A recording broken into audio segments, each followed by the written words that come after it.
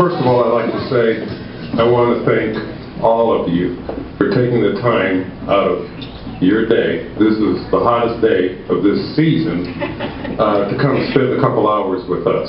I am truly humbled and appreciate your presence here. First thing I want to acknowledge is Laura Gorshey, our campaign manager. Would you please give her a round of applause?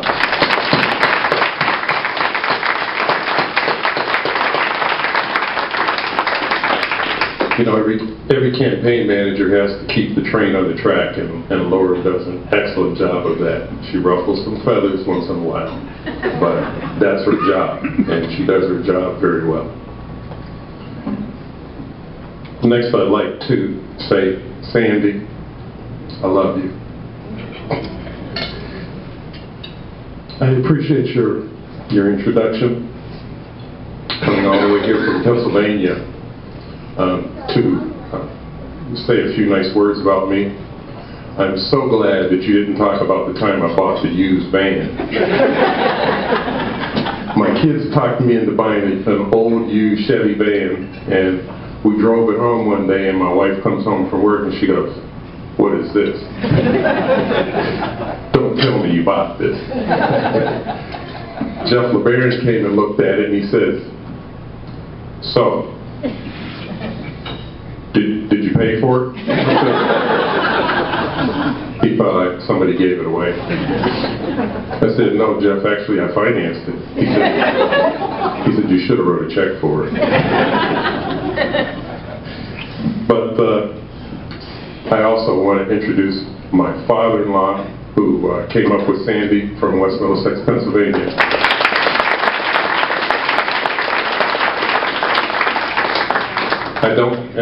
I'm sorry that my mother-in-law and my other sister-in-law couldn't make the trip, and I'm also not happy that I don't have any good mother-in-law jokes. I have the best mother-in-law in the world, bar none. So I don't have any of those corny mother-in-law jokes for you, because I love my mother-in-law just as if she were my mother. I don't want to take a long time. I do want to recognize elected officials that are here this evening. Former Council President Jerry Starsik. Back in the back.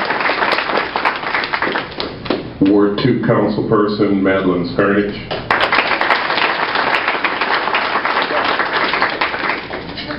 Former Council at Large Tony Starsik Jr. Ward 3 Councilperson Candace Jones.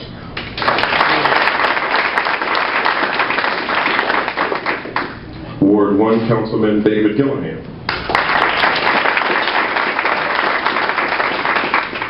Euclid School Board Member Kay Van Hout.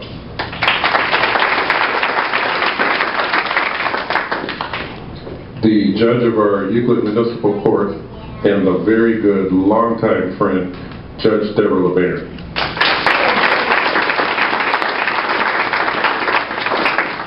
Ward 8 Councilman Greg Van Hout.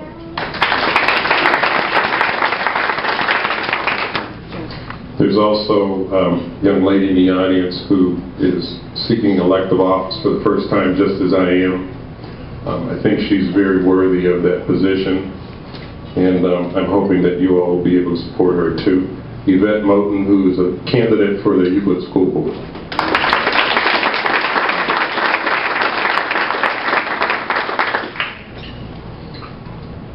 I also want to acknowledge former Councilman Christopher Gruber.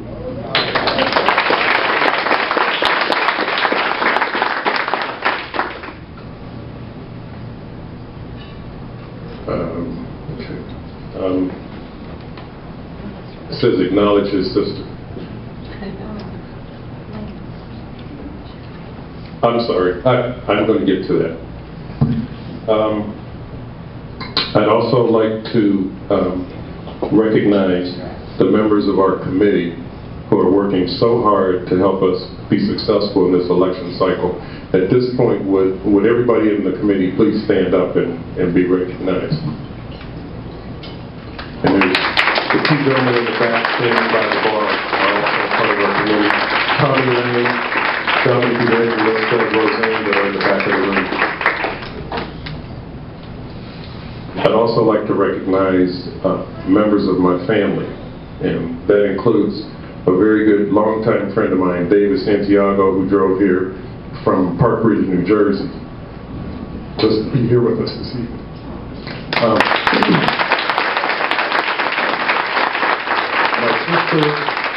My sister Joyce Jones, she's here with Betty Brown. She came from Youngstown.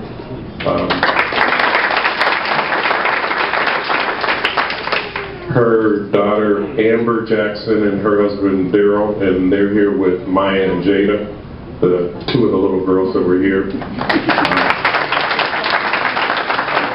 Chris Conwell, who is my sister's son-in-law, and he has his daughters Haley, Quinn, and Lexi, and they're here also. Thank you all for coming. I have a little secret that I want to share with you, and I would encourage you to pass this little secret around. I am going to be the 14th mayor of the city of Euclid, Ohio.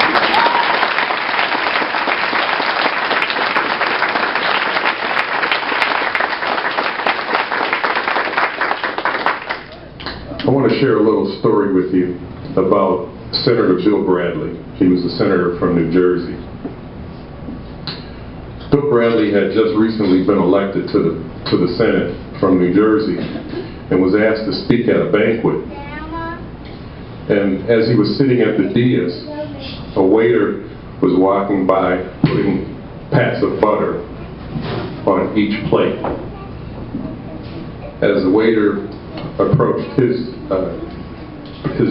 position, he leaned over and asked the waiter for 2 pats of butter. The waiter replied, 1 pat per person. Overhearing this conversation, the MC of the event leaned over to the waiter and said, "Do you know who this is? This is Bill Bradley, the former New York Knick, Rhodes Scholar, and recently elected senator from New Jersey." And the waiter said, "Do you know who I am? I'm the man who controls the butter." And I said that, I told that story for a reason. I think that it doesn't matter to what office we are elected to or elevated to, that we are still accountable to people regardless of what their position in life. And as mayor, I strongly feel that I will always be accountable to the taxpayers of this community. So I understand who controls the butter. I've decided to run because I feel that the other candidates in the race are not listening to what residents are saying about the needs of this community. Top-down government has failed us. It's time to hear what you, the residents, want from your government. In my administration, communication will be essential, and as mayor, I will listen to what residents have to say about the major issues that face our community. The key to any successful campaign is that you must have mom. You must have money, which we are raising. You must have an organization, which Laura Gorski is doing an excellent job of keeping us together.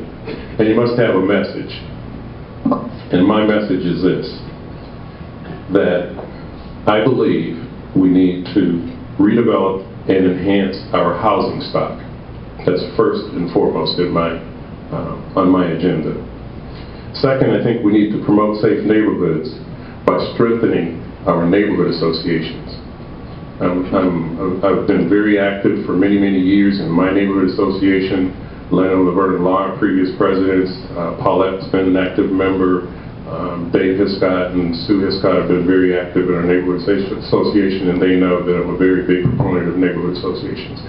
And one of the things that I think is that they need more support from City Hall.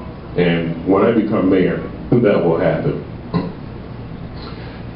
Next, I believe that we need to stabilize and improve city services. We can't tell residents that we're going to be recycling this year, but we can't afford to recycle next year. We need to stabilize those services so that residents can expect a certain level of service every year. And finally, I think we need to take a very proactive approach to economic development. We cannot refuse to speak to business owners because they are only bringing 5 jobs to this community, and we only want to talk to business owners that have 500 jobs.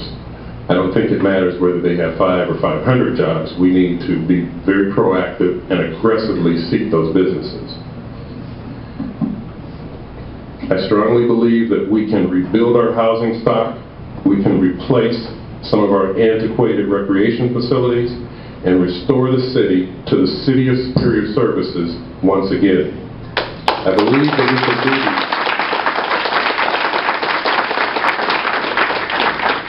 I believe that we can do these things and more if we work together, and that starts by getting our team elected on November 8th. Thank you very much.